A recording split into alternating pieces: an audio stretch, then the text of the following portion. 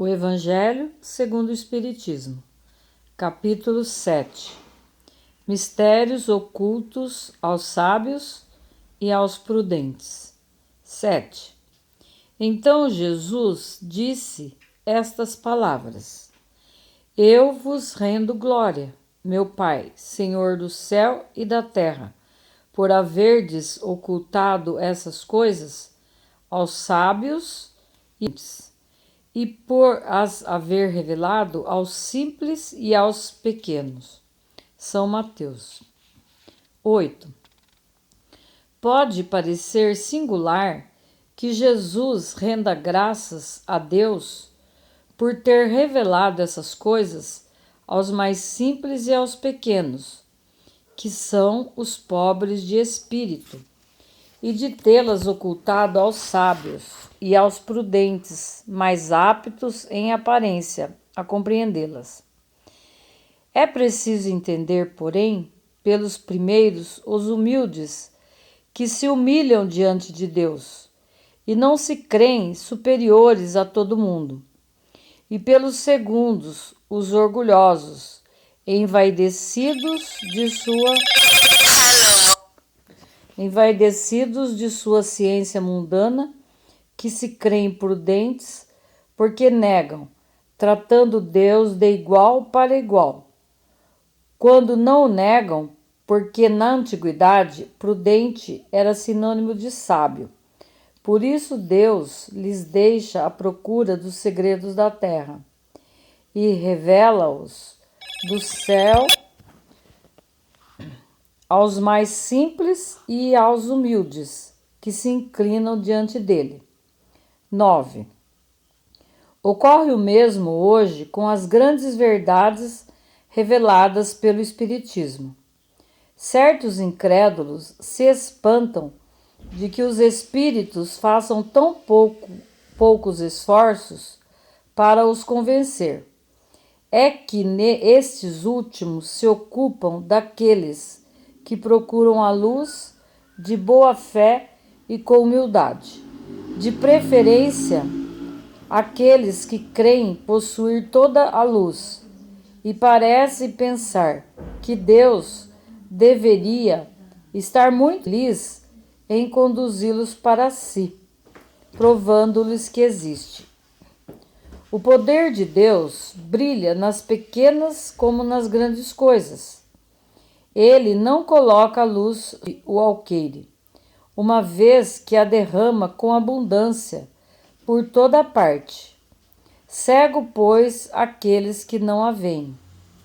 Deus não quer lhes abrir os olhos à força, uma vez que lhes apraz tê-los fechados. Sua vez virá, mas é preciso primeiro que sintam as angústias das trevas e reconheçam Deus, e não o acaso, na mão que atinge seu orgulho.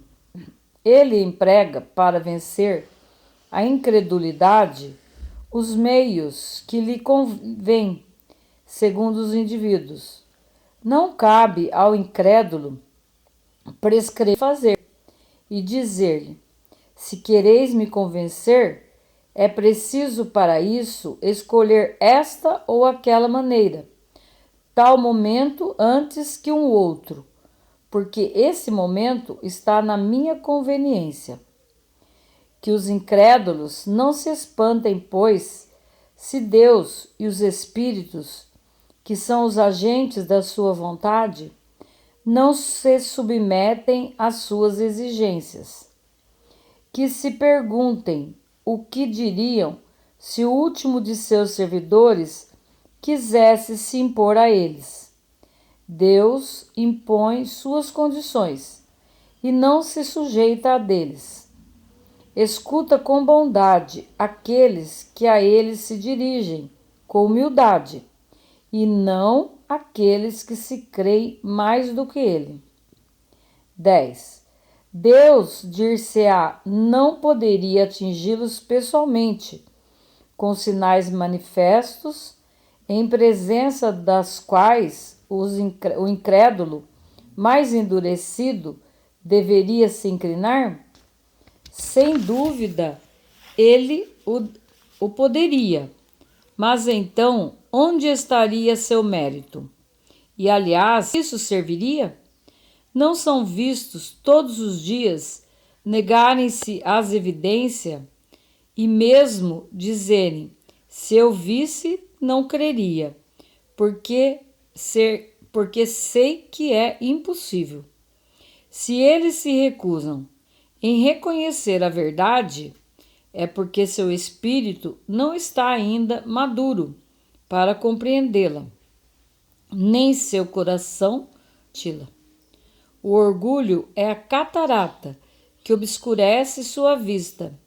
De que serve apresentar a luz a um cego? É preciso, pois, primeiramente, o orgulho. Ele não abandona, pois, seus filhos perdidos. Sabe que cedo ou tarde seus olhos se abrirão, mas quer que isso seja por sua própria vontade.